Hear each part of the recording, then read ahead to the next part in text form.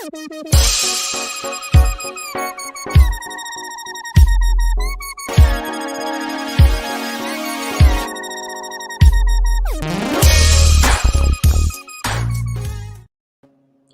are back, ladies and gentlemen, boys and girls, children of all ages. I would like for you guys to know that I have traded both Jason and Mr. Dave Eddy for some podcast co-hosts to be named later. I'm just kidding. But nevertheless, we are going to try something new this week. I'm going to bring up a topic that both Dave and Jason have no idea about. And I'm just going to ask them a question. Today's question is going to be, what is your favorite chain restaurant to go to? My answer, Outback Steakhouse. I get the same thing. Well, I got the same thing every single time. It was French fries with cheese and bacon. I believe they're called their Aussie fries. That would be my place to go. Like when I got my first acceptance letter from college, we went to Outback Steakhouse. I could get whatever I wanted. Wasn't much hope for me to get into college, but I did. I did great. So don't worry about it. So now I want to hear from my man, Jason. So if Dave, you can throw him in. You cannot say Harry Carries, okay? But, yeah, man, that's a tough one because I don't really visit a ton of national chains. Well, yeah, because we should be eating local because... And, like, do you consider, what can I say something like fast casual, like a Chipotle? Because that was, like, my go-to restaurant when I need Okay, yeah. Are you a burrito or a bowl guy? Bowl. But actually, lately, I've been getting their quesadilla. So you can only order that through the app, right? No, you can go. I don't know. It's not on the menu when you walk in, but I ordered it there, and she kind of gave me like a side eye. But is it good? Yeah. Have you ever gotten the quesarito? I have not. That's on the secret menu. If you say you want the quesarito, it's a quesadilla as your burrito. It sounds like a Taco Bell item. Yes, it does, but it's good because it's Chipotle. I love Chipotle. Yeah, it's an unbelievable fast food. Yeah, do you have a Qdoba there or no? We do. So it's kind of funny story. Every time. I actually did never before Chipotle was a thing. I'm not sure, but around us, Qdoba. Yep. Well, Michigan at the time, Qdoba was around before Chipotle, and it was like, wow, this is amazing, fast casual, amazing Mexican food, and then Chipotle's kind of taken over. I've gone to Qdoba since, and it doesn't compare to. It's not even close. No, so yeah, I'm gonna go with Chipotle. Another Chipotle hack: if you're in the mood for a burrito, you order the bowl, and then you get 3 small flour tortillas on the side. Okay. And then you just make your own little tacos because they give you so much more food in the bowl. Oh, that's the life hack. Is you just got to get the bowl, and then I get just one giant tortilla. I don't get the 3 littles. Yeah, but I might do the 3 littles because it's only like a quarter more for the tortilla. Yeah, exactly. All right, let's guess what we think Dave's gonna say. He's gonna be like, "What's like some?" It's like Big Boy. I think it's like Big Boy. Jack in a Box. I feel like that's a big deal somewhere. I mean, I think Jack in the Box, Big Boy. That's like Cracker Barrel. Oh, okay. Yeah. That's all right, Dave, come on in, bud. He's not even gonna. There he comes. So fun fact: I do love Cracker Barrel. I don't even know where there's a Jack in the Box. If I were to I'm gonna find out. There's probably not one close. Hey Siri, I feel like Big Boy. Where is the nearest Jack in the Box? The closest one I see is FedEx Dropbox No, on 5 Oaks it's Drive. Damn technology. Yeah. Big Boy's like I think it's like a diner type burger place. I know they used to have it in Michigan. I don't know if they still do. They don't have it. Big Boy is the shit. Yeah, see, I'm trying to think what it is. It's like a diner burger place, isn't it, or something? It's like Johnny Rockets. Is Johnny Rockets a thing for you guys or not? Yeah, we have those. I've heard of in it. the mall. It's like the only place I've ever seen. In the mall. But my actual answer, oddly enough, is probably what I'm going to order tomorrow, and it's no, not tomorrow, on Thursday, because on Thursday, and maybe I don't know if this is a thing everywhere. I assume it is, but maybe this will give you a quick hint. They have BOGO something on Thursdays. Oh, Buffalo Wild Wings. Buffalo Wild Wings. That's a good one. Buy one, get one boneless wings. Let's go. There's one like within walking distance of my job. Granted, I literally never go there. I think I've worked there. I've been there for like 2.5 years, and I think I've gone there like twice. I don't know why, because I wouldn't walk there because I'm fat and lazy, but I could. But I could walk there. That's a good answer, actually. I love a good. Buffalo Wild Wings, man. But yeah, that is very good. I don't want to spend like 5 minutes every week on this, Nick, but I would love to have like a Nick Z question of the week where. Oh yeah, so this by all means, inspired. So every morning, I ask my students at camp. Yeah, I just ask them a random question. Like today what's your favorite restaurant to go to? So I was like, I'm going to bring it up to the boys. So every week I'm expecting a Nick Z question of the week. I don't want to know about it ahead of time. Yeah, no. As a matter of fact, I don't know about Jason, but I would be okay with 2 different questions. And when we bring Jason on, you ask Jason his questions, so Jason has no time to think about it. Yeah. And then that way I'm not in the background thinking about how – and then you throw it at me. Okay, yeah. Yeah, I don't know. Nice. All right, that's enough horseplay, guys. Let's get down to I could play that. Let's get down to some business here, and I guess originally I didn't necessarily plan on wanting to talk about the trade deadline again after it happened. It was obviously fun to talk about beforehand, but holy shit, the trade deadline was outrageous, and so I thought, well, let's kind of hit some of the top, the biggest trades. I'm like, we'll pick a couple. And so I'm going through the trade tracker, and I'm trying to look and see, okay, what, 3, 4, maybe 5 trades do I want to talk about? And I came up with 7 that we had to discuss. Like, 7 was about as short as I could cut it because there were just so many deals and there were so many big deals. So I kind of went, I don't know. I wanted to go like in order of like importance, and I was like, no, that's really hard to do. So I just kind of went here randomly. So I thought I'll rattle off the deal real quick, and then I just would love to hear your guys' thoughts on them. So I do start with one that I think is the biggest, and that was the Dodgers getting Max Scherzer and Trea Turner for, I would argue, not a whole lot. They got Kiebert, is how he has said he wants his name to be pronounced. So Kiebert Ruiz, Josiah Gray, Donovan Casey, and Gerardo Carrillo. So I've got Scherzer in my dynasty ranks 109th. Trea Turner is at 6. And then Ruiz and Gray are in there as well. I've got Gray at 424. He got a nice little bump with his promotion a couple weeks ago. And then Ruiz is at 740. So I don't know. I kind of made a big stink about it all over the place. I think that's just an atrocious return for Trea Turner, let alone, you throw in Max Scherzer on top of that. I think that if that trade was for Trea Turner, I'd probably go, yeah, okay, I can see it. Okay, I don't love it, but I get it. But then for Max Scherzer as well, I mean, man, to me, that's fucking terrible. But anyways, what do you guys think?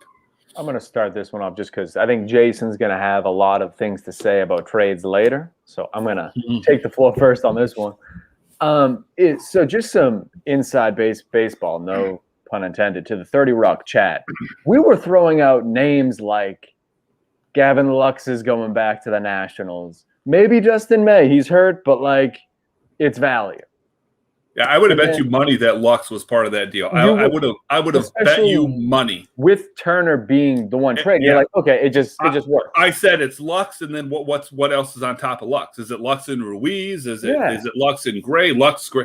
Yeah, I thought Lux was a given, but anyways. And it was just like you see it come out because like you see it slowly trickles out. It's like one guy's like, all right, so Kiebert is being sent. And then you're like, okay, like that's like a secondary piece.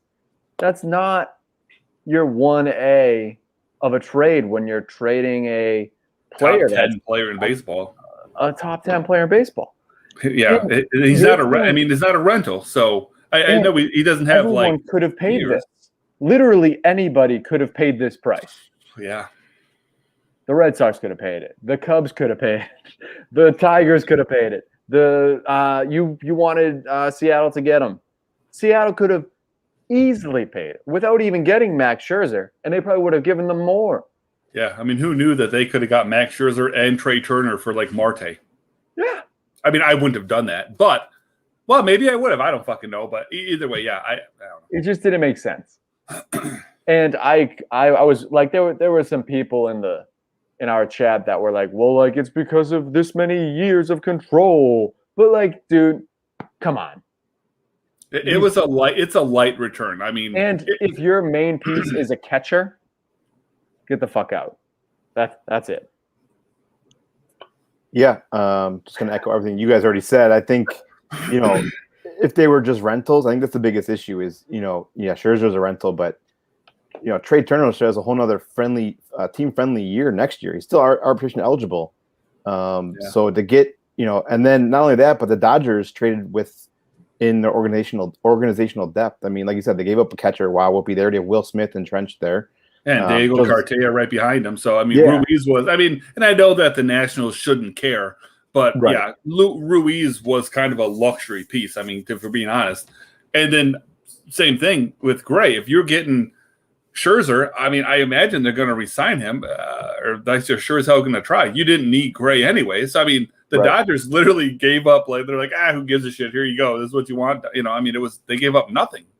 Yeah, and then they have Dustin May coming back next year too. So it's like they had the pitching depth in order to get rid of Josiah Gray, and then also he's been nice and all, but he's also a converted shortstop that's only got like 200 innings pitched in his career. So he's probably projects more as a mid rotation arm, if not even something that Cub fans are familiar with, like a Carlos Marmol type, where down the road is this guy someone that's just more of a bullpen arm. So it was just, I agree, it was totally a light return.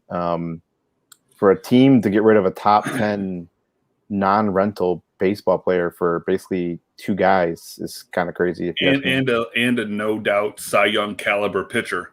And granted that it's a rental, but and listen, no knock on the Dodgers whatsoever. If that was the Red Sox, if that was the Cubs, if that was the Tigers, and if we got that deal, I'd be fucking thrilled. I would be absolutely thrilled. If I'm a Washington Nationals fan, I am just wondering what the fuck. Do we really want to get rid of Trea Turner that bad?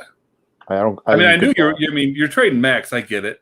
Whatever. Yep. You trade Max, you get back what you can. That's cool. But I don't know. To throw in Turner was kind of a head scratcher. I agree. Yeah, it was weird. Anywho, moving on. Let's get to. We'll get to we'll skip the Cubs here for the end. So next one.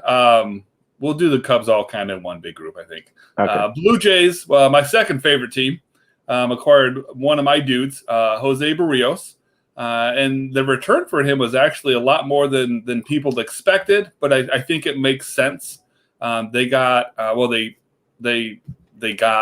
gave up Simeon Woods Richardson, who I have 320th in my rankings. And they gave up Austin Martin, who became, a huge talking point. He is 116th in my rankings. I have Berrios at 65th. So I think that's a fantastic deal for the Blue Jays. I don't think that Berrios is necessarily like a major league ace, but I think he's a very high quality number two. Change of scenery may actually do him kind of well. He's kind of always underperformed a little bit. But I love Simeon Woods Richardson. I think he's got a lot of upside. I think he's a great get. And Austin Martin is, I guess take your pick. People either kind of love him or they kind of hate him. And we've seen a lot of stuff come out about Austin Martin. And, I even wrote some up in my article. I had wrote an article that came out the day after the deadline where I talked about all the prospects that got traded and gave a quick little blurb on them. And I'm certainly not that high on Austin Martin. I know 116 is still pretty high, but he's slowly working his way on those rankings, unfortunately. But what do you guys think of that deal? I think it's one of the few deals that we saw. I think both teams kind of walking away with their heads held high. The Blue Jays get some pitching what they're kind of desperate for. They're trying to get a wild card spot out of that AL East. So they, like you said, that good change of scenery kind of guy in Berrios, and they have him for another year under control next year. Yeah, and they're going to sign him. Yeah, so you can kind of see where they give up the little bit bigger of a return. And if you're Minnesota, I mean, like you said, this is a good return for them. I mean, Simeon Woods Richardson's phenomenal. I feel like he's going to turn out to be a pretty good replacement for Berrios in the future. Yeah, and then absolutely. like I said, Martin, he's obviously the biggest name as far as ranked prospects go via like many of the industry lists. So I feel like, teams nowadays seem like they got to maybe like the high contact rate versus the high upside power guys. So I can kind of see where Martin kind of fits in that, as time goes on, it's showing more to be of a contact hitter and less power. But yeah, I think this was a win-win for both teams. And I feel like, I mean, most teams usually walk away with, oh, this team was a winner, this team was not. But both these teams, I feel like, got a good batter under the stick. So yeah, I like this for both of them. I agree. Oh, wow. Really? Yeah. Tell me more. I actually saw a tweet right before we got on. It was by Shelly V. She's on Dynasty Guru, Over the Monster. She's in a relegation league. Oh, is she? MLB level. Yeah, she's in the MLB. She said, the more I look, is Austin Martin the next Jonathan India? And that's perfect. And that makes Jonathan sense. India is a good player. And as someone who covers the Reds quite extensively, I mean, she would be the India expert. It's just like a guy, like people need to stop looking at these guys as like, oh, this guy needs to be a superstar. What's up, Jeff? So fun fact, Jeff and I actually made a trade in another 30-team league.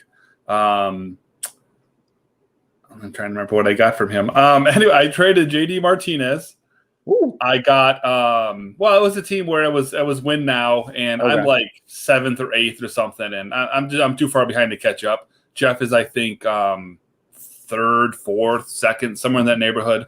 And so being a fantasy 6-pack guy, I put JD up, I put Trout up, I put a few guys up, and we had reached back and forth a little bit, and I needed pitching in that league, so I'm doing like across the board, except for like maybe stolen bases. I'm top of the league in all offensive categories, even with Trout out for so long. So moving JD made sense to me and I wanted pitching. I got Nick Lodolo, Devin Williams, Will Crow, a 2nd and a 3rd round pick. That's pretty good.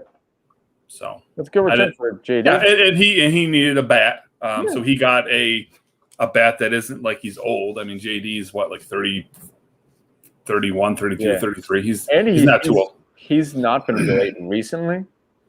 So, yes. So, hey, thanks, Jeff. I appreciate it. Jeff also does podcasts here on Stack Attack. Fantasy Six. Yeah, exactly. God, I don't want to guess the night rug. I want to say it's like Wednesdays, I believe. It's Wednesdays. Okay. Wednesdays at 9. Give Jeff a good look, man. I love the accents that him and his guys have. I love watching them. It's a good thing. So definitely check out that Stack Attack podcast as well. But anyways, I think I hijacked you talking about Austin Martin. I mean, I was mostly just talking about Jonathan India, but it was people just need to chill out. Like it's okay to not get a great guy that's going to hit you 30 home runs, because good players win you real baseball games and they win you fantasy championships. Being good is okay. You don't need to be great. That's it. All right. Well, let's get on to a couple Yankee trades. Yankees definitely made their mark, on the trade deadline, and they did so. Well, here, real quick, Wednesdays at 9 p.m. Stack Attack. I was right. Thank you. Jeff. So 25 hours. So you have, after our show, you got about 24 hours to recuperate. And Jeff, send me a promo video for your. Topless. He likes them topless. It may just be me. He asked for topless. I don't know, but he always asks me for topless. Yeah. So I don't know. So don't think he's weird if he asks that, Jeff. He literally that's what he does. So anyways, Yankees. They acquired exactly, I think, what they needed, and what plays well in that ballpark is power left-hand bats. And last week when we were talking about Joey Gallo, I had said I didn't think he was going anywhere. We all kind of agreed. And I said, the fun spot for him to go would be the Yankees. It would be kind of fun to see Stanton, Judge, Gallo, and sure as shit, that's where he went. And, I don't really think the Yankees gave up a whole lot. They gave up Ezequel Duran. Let me look at here. They gave up, where am I at? Ezequel Duran, Josh Smith, Glenn Otto, and Trevor Hauver. Hauver's the only guy I have in my rankings, even though Duran probably should be in there. Smith is a decent middle infield prospect. Otto's had some pretty good numbers. The reality is I think Duran's probably the headline there, even though he's not ranked and Hauver is. But they gave up a lot of names, but I don't think they gave up a whole lot of actual, I don't want to say talent because that sounds bad, but I think they could have, I think they could have done worse there. A lot of names, but for a guy that wasn't also, again, a rental, I feel like that's a pretty light return. I don't think it's as bad as that Nationals and Dodgers deal, but that's a surprisingly light return for Gallo, in my opinion. Perfect fit for the Yankees. I'm sorry, Nick. But, absolutely perfect for them. What do you guys think there? Yeah, that's a steal for the Yankees right there. Like I said before, just echoing what you said, those guys that they gave up were basically just organizational depth at this point. I mean, they could obviously, develop into something a little bit more, but even at that, they're more just like middle infield depth guys at this point, maybe some utility guys at the big league level. And to get a, 30 to 40 home run hitter in, especially in Yankee Stadium next year, I mean, that guy, Gallo could easily hit 40, even 50 home runs if he stays healthy. No doubt about that. Obviously, staying healthy is going to be a huge issue for him. But, yeah, I mean, this was a steal for the Yankees. And like you said, they needed left-handed bats. Before they got Rizzo and Gallo, I think they only had about 2 lefties in that lineup. So this was a huge addition for the Yankees. Yeah, it sucks. I know. I'm sorry, buddy. I don't know. It didn't make sense. I mean, obviously they weren't gonna trade any of their top guys, and they fucking still got fucking Rizzo. Don't even get me fucking started. But yeah, this is the kind of deal like for Gallo, not for Rizzo, but for Gallo, I would expect the return to be Peraza and one of these guys, or maybe not Duran, but Peraza and Otto, like somebody. Yeah, I was surprised. I like Otto. He's probably going to be a reliever, but he's good. No, yeah, he's got decent very numbers. Good year. Yeah, but he's not bad. He's probably he projects more as a reliever. Yeah, but whatever. So not to rub any salt in the wound, but Yankees also acquired Anthony Rizzo for a guy that I believe that we've talked about on this podcast, Kevin Alcantara, and Alexander Vizcaino. I've got Rizzo 88th in my rankings. I've got Alcantara 450 and Vizcaino 822. So I think that this is a pretty fair deal. If anything, I actually think the Cubs did decent in this one. I think just getting Alcantara, I think, is a pretty decent return for Rizzo. And then Vizcaino is just kind of a throw-in, so whatever in that case. But, yeah, I think that's a good deal both ways. I think it makes sense, again, for the Yankees. With or without Gallo, Rizzo's a huge need. I think he would have been a perfect fit in Boston as well. I can't believe – I'd be surprised if Boston didn't – I don't know. I guess I don't know why Boston would have offered more than that, but good deal. I think they got a nice return there on him, and it's a guy that, if I'm not mistaken, I believe when I heard earlier today, they said like Rizzo, and correct me on this, Jason, because I don't know the exact numbers, don't have it looked up, but Rizzo has got like 17 home runs or something this year. Does that sound about right? Yeah, it was definitely around that, maybe 15 before it was traded. Yeah, it was somewhere in that neighborhood. Well, anywho, they did the expected home runs if he played his home games in Yankee Stadium, and he went from like 15, 16, 17 home runs up to like 22, 23, 24. I don't remember the exact numbers, but his home run total was like half again as much if he was playing in New York. So I think if you're a Rizzo owner, you're probably thrilled. If you're Nick, you're bummed. If you're anyone else, I think you think that's probably a pretty fair deal, but I don't know. What more thoughts you guys got there? Yeah, I mean, putting my bias aside, I think, this is pretty much in line with what you should expect to get in return for a Rizzo. A lot of young – if there's one thing the Cubs – I don't want to jump the gun too much, but one thing the Cubs have been doing is requiring young, high upside hitters. That's kind of clearly evident on what they've been doing and trying to get in return, even when looking back at the Yu Darvish deal. So they're kind of not looking like a full – I mean, this is looking like a full rebuild. I don't foresee a quick retool here just based off of the return that they're getting from these guys. But I think it's a fair deal. Like you said, if anything, the Yankees may be slightly overpaid just on just the unknown of the guys that they have now as far as the young talent that they gave up. Other than, Vizcaino, he's like more of like a bullpen piece, but Alcantara's a great get for Rizzo. Yeah, I agree. It sucked. This hurt more than Gallo. Just because like all week it was just like Red Sox, Rizzo. Red Sox, Rizzo. And I was like, great. Like he's coming back home. Rizzo would have been like the perfect addition. Perfect. And then for the Red Sox.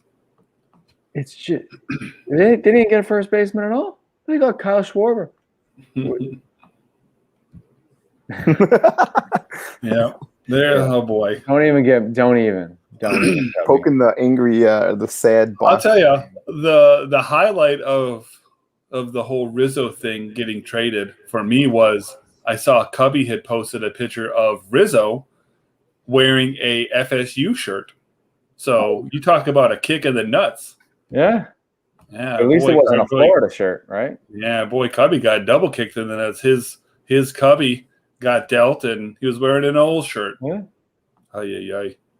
But all right, well, let's go ahead, and we got a couple more here, both involving some Cubs. So I'll spit them out here together, and then we'll talk probably more about the Bryant deal here. But Javier Baez got dealt for Crow-Armstrong.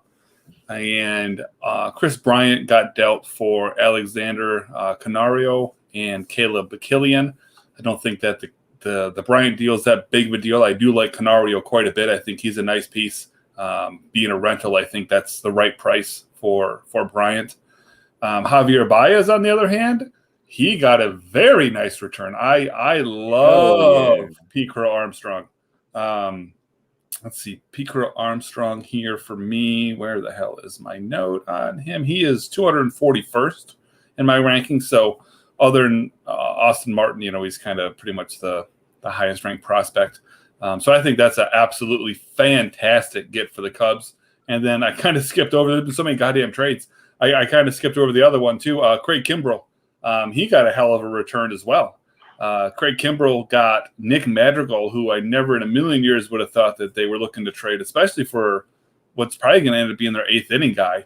But hey, good on them. That's a good deal. And then Codi Heuer as well got traded. So White Sox, have two of the top 10 closers in baseball, two of the top 5 closers in baseball on their team now.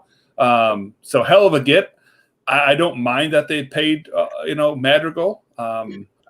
I mean, it's a lot to give, but, getting a guy like Kimbrel who can lock down the 8th and 9th inning for them, that's going to be that's huge. So I do like that. I think that they did really well there. But let's go with you then, Jason. Let's hear your thoughts since we're talking about a bunch of Cubs again.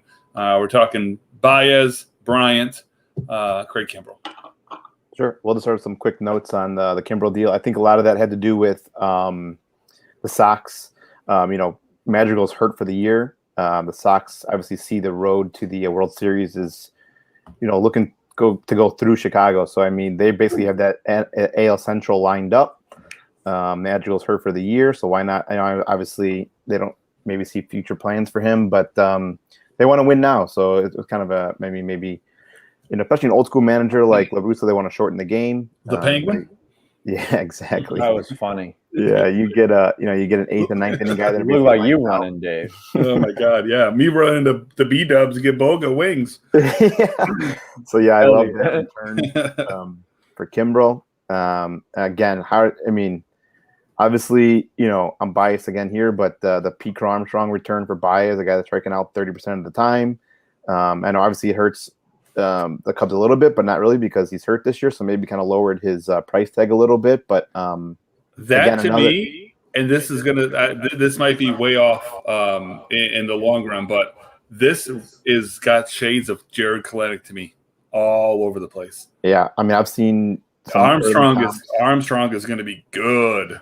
I think he's very underrated. I could see this being Kalenic 2.0. I'm dead serious. Yeah, I mean, he was team too. Top 20 pick in 2020. You just added him for a guy that you weren't even going to re-sign. So I mean, you gotta love that. Yeah, great deal. Yeah, and again, like the only thing obviously the Giants for Bryant was a little head scratching just because of all the returns I think that the Cubs are getting for their guys. But again, Bryant's a little bit of an outlier. He's kind of struggled the last 2 months in June and July. He's also owed like $20 million this year.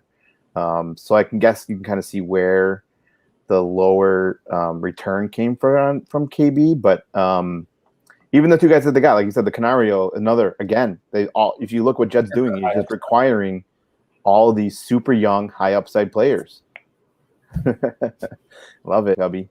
But yeah, I mean, Killian, he's obviously catapulted his stock this year. Double A's been having a great year. I don't know who the hell he is. I want to look him up. He was a bit of a no-namer until this year. Killian, he's having a really good year at Double A this year, which I think is what the Cubs kind of got. If you read my article, Nick, you would know a little bit about. Oh no, I'm saying like I didn't know about him prior to this. Yeah. Okay, but again, just I'm biased, and I love what the Cubs got in return for all their guys. The only thing I just question about it a little bit is just getting a lot of these young, I guess you can call them unproven, commodities. These guys are hitting, great at low A and rookie ball, but what's going to happen when they get into there's just a lot of unknowns. So, but I love it. That's when Crow-Armstrong starts winning MVPs. Yeah. That was my favorite deal of all the deals that the Cubs. For sure. Obviously, the Kimbrel deal was really nice, but again, we've kind of seen Madrigal's. We kind of know and have seen Madrigal's ceiling. It's just a 300 hitter. But yeah, I mean the Baez. Jeff is smart. Yeah, agreeing with me. That was my favorite return out of all the Cubs deals. So I mean that one was. I was actually shocked. I don't know if the Mets were eager to get Baez and Lindor together. Yeah, but, they were. To give up your first round pick from last year for a rental was huge. So I love that deal for them. Yeah, they have to resign him for that to even remotely make sense. Right. But I mean that could be the most explosive, electric, fun to watch middle infield in baseball. Right. You could have. I mean, we'll see. I mean, it's entirely possible that Baez sparks something in Lindor, and you get back to even if you get back to 90% of Lindor, just that alone makes that Baez value even more. Sure. And then just defensively, I mean that's a nice up the middle, with those two. You got some speed, you got some power. I mean, yeah, Baez isn't maybe everything that he was once cracked up to be, but he's still a really good ball player. And if he helps Lindor out, that's just some extra value that you didn't expect. But yeah, of all those deals, I think the return that I like the most is getting Crow-Armstrong for Baez. I think that's fantastic, and it makes sense both ways. It's probably a bit of an overpay, but it makes sense. And then I think getting Madrigal and Heuer for Kimbrel, I think that's a really nice return as well. And then I think the Austin Martin and especially Simeon's with Richardson for Berrios. I think that's a nice deal too. I think all three of those really make a lot of sense. For sure. Go Cubs, go. All right. Well, it's time to do our On the Farm again this week, and it's my turn. And so I'm actually going with a guy that I saw live last week, but I cannot get into anything until we've done this.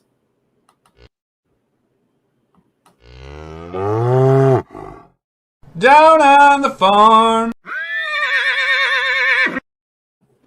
So with that out of the way, now we can talk about my guy, Tirso Ornelas.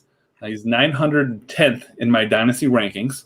I don't know that he's necessarily like a household name by any stretch, but I think especially people doing Dynasty or Deep Dynasty especially, this is a guy that's probably decently well-known. 21-year-old outfielder in the San Diego Padres organization, guy that I thought there's actually a decent chance he would get traded. He kind of reminds me of like Anderson Espinoza, the pitcher who also went to the Cubs. A guy that, once had a much higher ceiling and was much, much more highly regarded than he is now. All right, Cubby. It's been a pleasure, my friend. Take it easy, Cubby. But with Tirso, heading into 2019, he was kind of one of the highest ceiling guys in that Padres organization who, always have good prospects. So, that really is saying something. Was thought to have a real good feel for getting on base, projected to have, plus raw power, and he proceeded to just shit the bed in 2019. Things were starting to look a little bit better in 2020. Obviously, he wasn't playing over here in the States. He was playing over in Mexico, having a really solid year that abruptly got ended. He broke a bone in his forearm, and he had to have season-ending surgery. So that was a bummer because he was really kind of lighting it up with, probably, lighter competition, but it was nice to see him, getting back to form. So this offseason, Padres revamped his swing. Tried to, get as much as they could out of his hit tool because he still has a really good hit tool. They were just trying to maximize that, Got a very smooth, explosive left-handed swing. Still projects to have, above average power, even though when we get to his numbers, you'll see it isn't really translated to games yet. He's got average speed. I think he's destined for a corner outfield spot eventually. Him having an above average arm, and the type of bat he has, I think that's going to make for a nice fit, even though you'll see him playing some center field nowadays. I don't think that's where he ends up. Like I said, saw him play earlier last week. He was in the middle of a hot streak. I think he was in like a 5 for 10 streak going on. Watched him crush a home run to right field, pulled that sucker. His minor league stats, though, like I had said, aren't really a lot if you're looking at stats alone, where you would think that this guy is worth a shit. But you know how I feel about minor league stats. However, if we were to span his entire minor league career, we're looking at 312 games. That's roughly 2 major league seasons, basically. So if you were to take his stats, cut them in half, you'd be looking at a guy with 7 home runs, 8 stolen bases, 73 RBI. So nothing that gets you excited there. Sitting at 241 on the batting average, 336 on base, and 685 OPS. So, again, there's nothing there that screams, top prospect.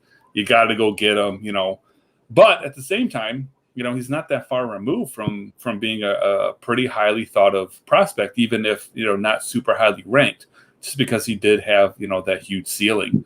So I think that he probably can come cheap enough, depending on the league you're in. He might be for free, that you could do a hell of a lot worse, than making a low-key move to get Tirso Ornelas on your team. Taking the shot that, he does reach that ceiling, or at least gets close to reaching that ceiling. So that's my guy for this week. I think I sent you guys video of his at bat. I think I took video of the at-bat before the home run, of course. I believe so, yes. He hit a RBI double in the gap. Nice line drive double. Score a run. But what do you guys think, if anything? Try not to go too deep. I try to keep it relevant. Yeah. But I wanted to do something that wasn't Wander Franco, Yeah. The Padres are a team I like to target for prospects just because they seem to know their shit with them. And to me, I think it's more likely that they don't want to trade him than teams not asking for him in like negotiations, if you will. Like they're saying like, no, like, why don't you look at this group of players? We want to keep is it Tirso? Is that how you say it? Yeah. We want to keep him. So I'm hoping that, because he's someone that I've liked for before he was bad. Yeah, he's been around for a little while. Yeah. I mean, in prospect circles, I feel like this is the guy that we've been talking about for, like 3 years, And he was like 17. Yeah. So which is normal. Yeah. And to your point, guys talking about 17-year-old boys. It's fine. Yeah. Right. So to your point, though, the guy that started the game that I watched was Anderson Espinoza. Yep. And he looked really good, and I was happy to see that. So it's to your point of I don't know if I should be more concerned that the Padres, moved on from him, and traded him.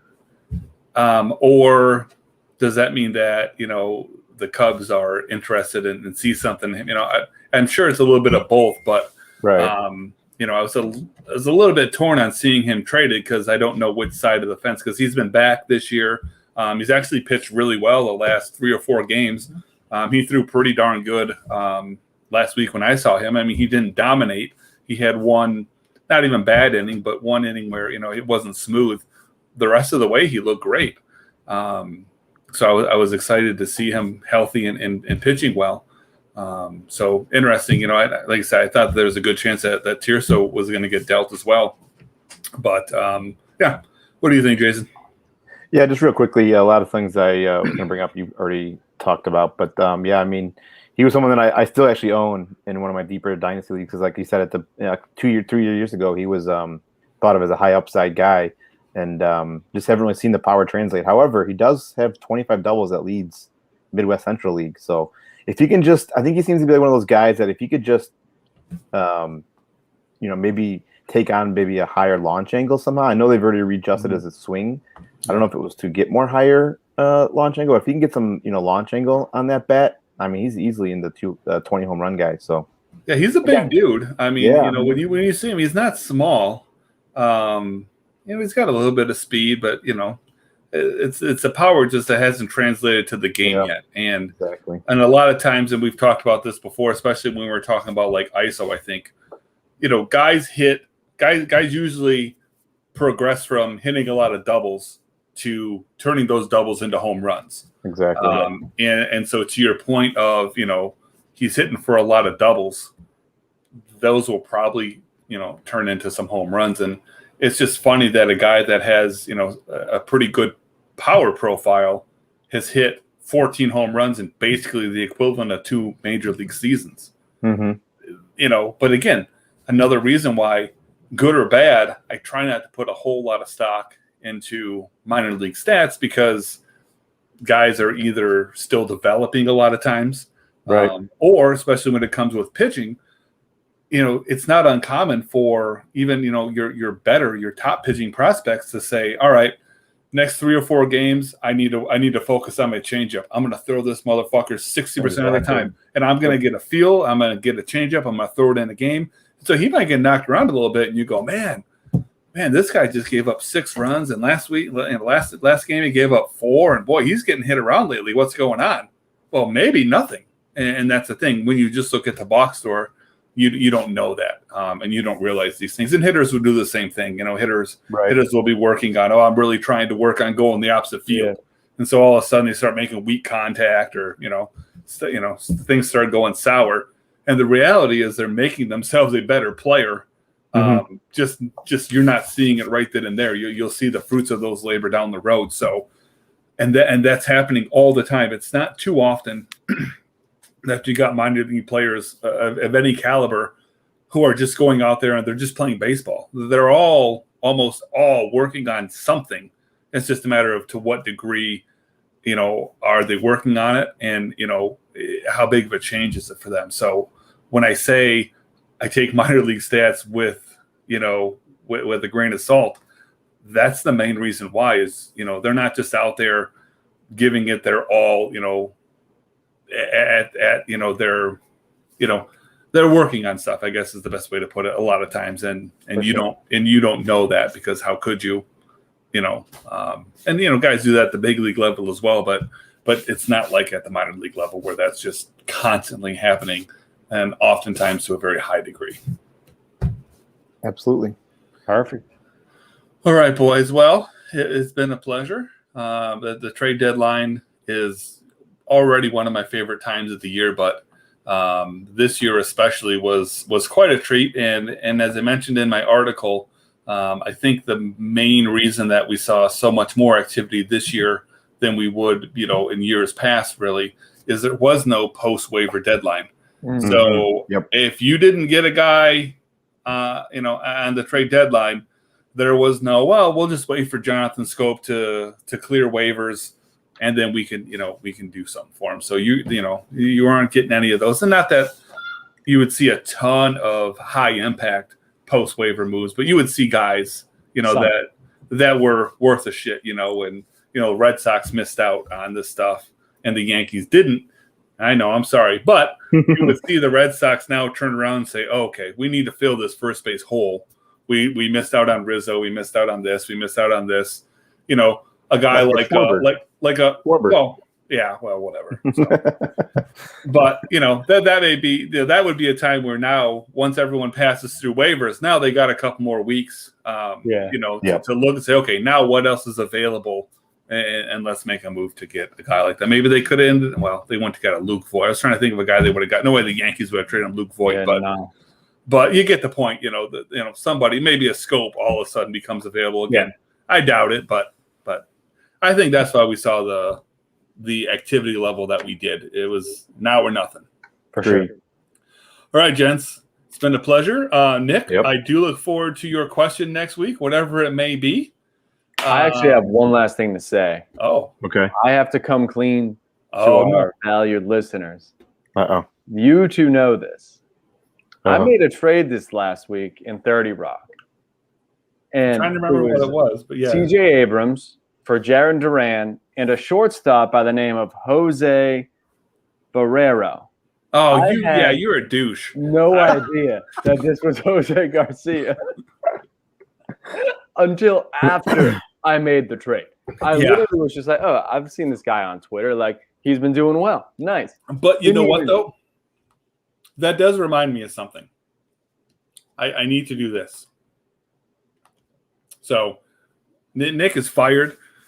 I don't know how you trade for like a top 75 prospect. Think that it's just some random guy that's getting thrown in, and he's actually like, a valuable piece. Yeah, I mean, so he's done. He's not coming back. That's it. If I want to defend Nick a little bit, I mean, it's not. I don't think it's quite uncommon for these guys that come from the the Caribbean to eventually just change the name. I think there was another guy. God, I can't remember his name. I don't remember his name anymore. But that's okay. The point is, he thought that he was getting just. This is true. It's a bottom filler just to throw in. And he's like, oh yeah, I'll do that deal. Oh, you want to give me some? Who is this guy? Yeah, that's fine. And then come to find out, that was a very valuable piece of the trade that he should have made that trade without getting this player. Yeah, I agree. I totally agree. I'll tell you what. I'm going to give him one last chance to say something. I'm just kidding. We don't want to hear your fucking voice. You douchebag. All right. That's going to end it. All right, we'll guys. see you guys next week. Yep.